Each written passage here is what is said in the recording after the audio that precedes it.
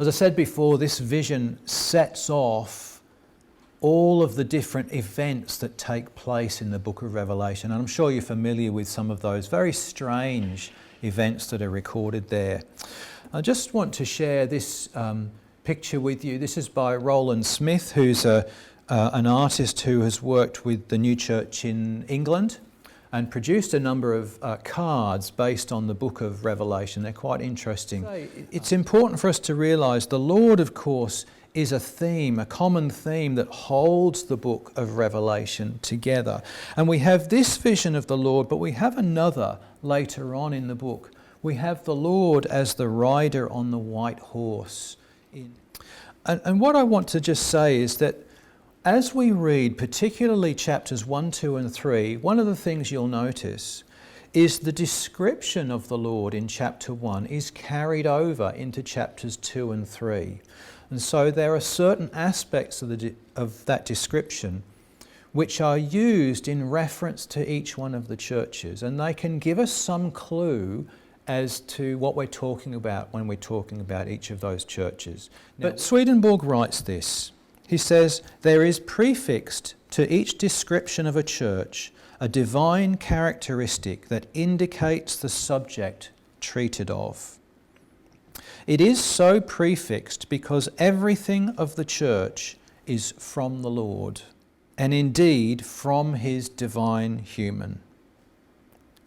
For from this all the good of love proceeds, and every truth of faith, and these constitute the church.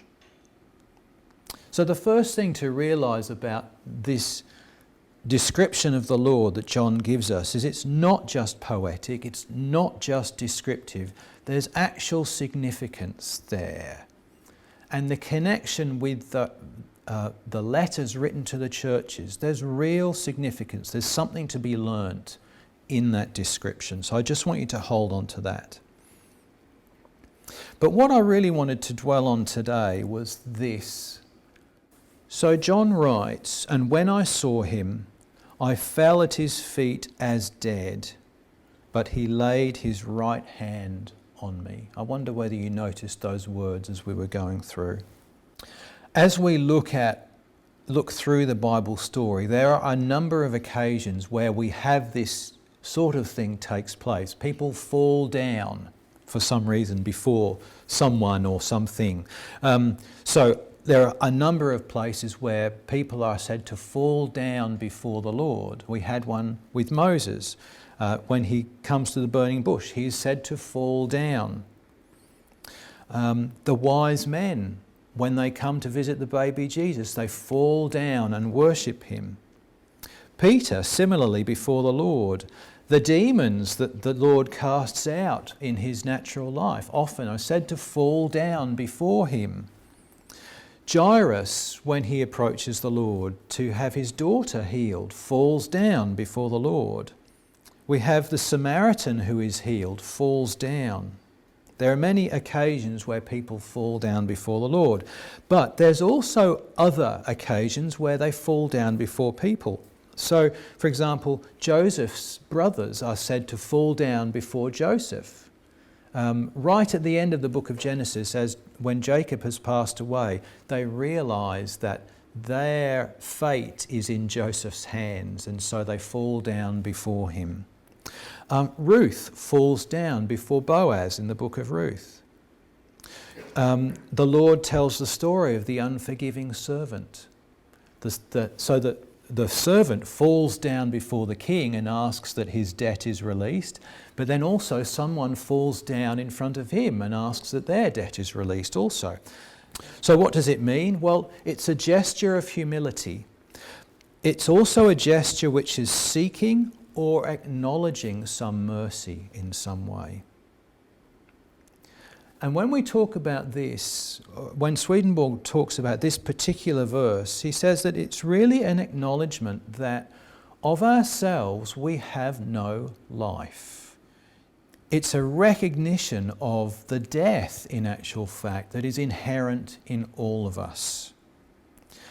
And if we seek to live spiritually, if we seek to enter heaven, It is the Lord upon whom we must rely, not ourselves. So this simple act, I fell at his feet as dead. It really indicates to us the need to die to ourself.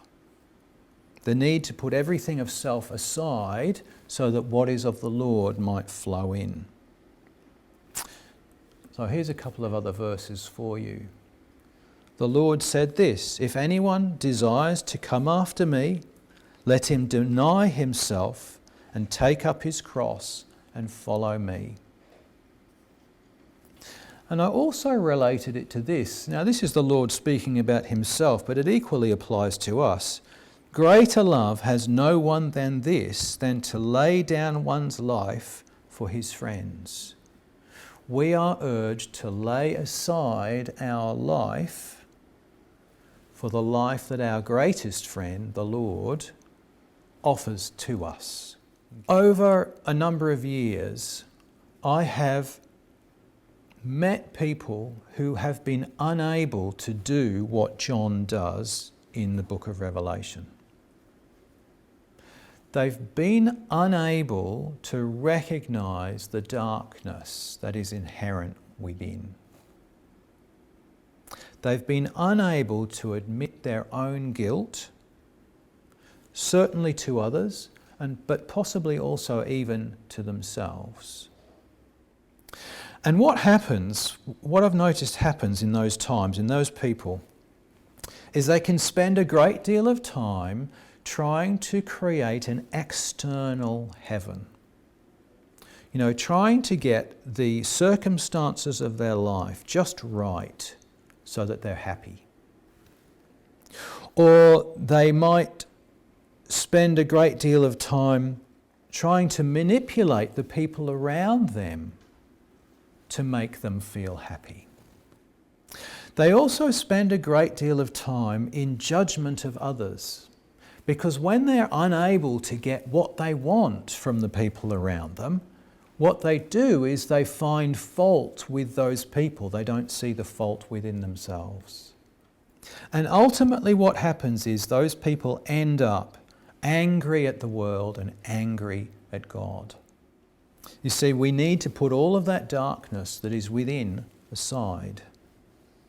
And we need to rely upon the Lord as the only source of our happiness. We're not going to find it out in the world, out in our circumstances, out in the way other people treat us. We're going to find it only in the life that the Lord describes and urges us to. There's that lovely saying from the first epistle of John, chapter 4, where he says, "He who does not love does not know God, for God is love." And that's heaven. That describes heaven very nicely. And the only way we get to that point is to acknowledge what is within us that is not loving and to set it aside. We need to, as John did, fall down as if dead before the Lord. Now, the other thing I'll say is, many churches, modern churches even, look at the book of Revelation and they are kind of waiting for a physical, external fulfillment of everything that goes on in the book of Revelation. All those strange visions, they think they're all going to happen externally out in the world around them. And some churches are almost baying for blood in a way. They really want all of this to begin. They want it to kick off. But what we have to realise is the book of Revelation is about internal states first and foremost. And in actual fact, the only real fulfillment of the book of Revelation is the internal one. And it's the only necessary one. Now, we can therefore have a fulfillment of the book of Revelation in all its strangeness within and conquer all of those within. But if we don't do that, what will happen? Well, it will manifest externally. and we will have that external a difficult time and tribulation that is described. But we don't need to. We can have an internal one. And it really begins with this vision of the Lord and our ability to see our own inner nature. I want to finish with what's a fairly long reading from Swedenborg, which I find really useful. It's not actually about this passage at all, but I find it relates really well. I find it very comforting in many ways also. But I just want to share this with you. And it just reflects on this idea of the Lord, seeking to flow into our lives all the time and what he brings to us if we will allow him. So it's from Arcana Celestia, and the paragraph number is 5470. The Lord comes to a person constantly, bringing good to him, and also truth within that good. But the person either accepts this or does not accept it. If he accepts it, all is well with him. But if he does not accept it, all is ill. If, while not accepting it, he feels worried, described here as anguish of soul, the hope exists that he can be reformed. But if he has no such feeling, the hope disappears. Now he goes on, he's talking about the presence of spirits and angels with people, and he continues saying this: when a person is growing up, he begins to be his own master. That is, it seems to him that his will and actions spring from his own power of judgment. And in matters of faith, his thought and deductions are the result of his own power of understanding. If, during this time, he inclines to evils, the two spirits from hell draw closer to him, and the two angels from heaven move a small distance away. But if he inclines to good, the two angels from heaven draw nearer, and the two spirits from hell are withdrawn. If, therefore, a person, when he inclines to evils, as most people do in adolescence, if he feels at all disturbed when he reflects on an evil deed he has committed, this is a sign that he will nevertheless accept what flows into him from heaven through the angels. It is also a sign that subsequently he will allow himself to be reformed. But if he does not feel in any way disturbed when he reflects on an evil deed he has committed, this is a sign that he no longer wishes to accept what flows into him from heaven through the angels. And it is a sign too that subsequently he will not allow himself to be reformed. I guess we all have those times when we look back at our lives and we regret what we have done. We think that was a terrible thing that I did, and we hold ourselves accountable for it. And I find this passage so comforting because it says that when you have that experience, it is a sign that you may be reformed. If you were to look back at that event and have no regrets whatsoever, then you can know the direction that you're heading. But you won't regret it. You won't regret heading in that direction. It is your whole life then. But that difficult experience of regretting something that you have done is an indication that actually you may be able to be reformed and you may be able to find the path to heaven. And I find, as I said, I find that very comforting.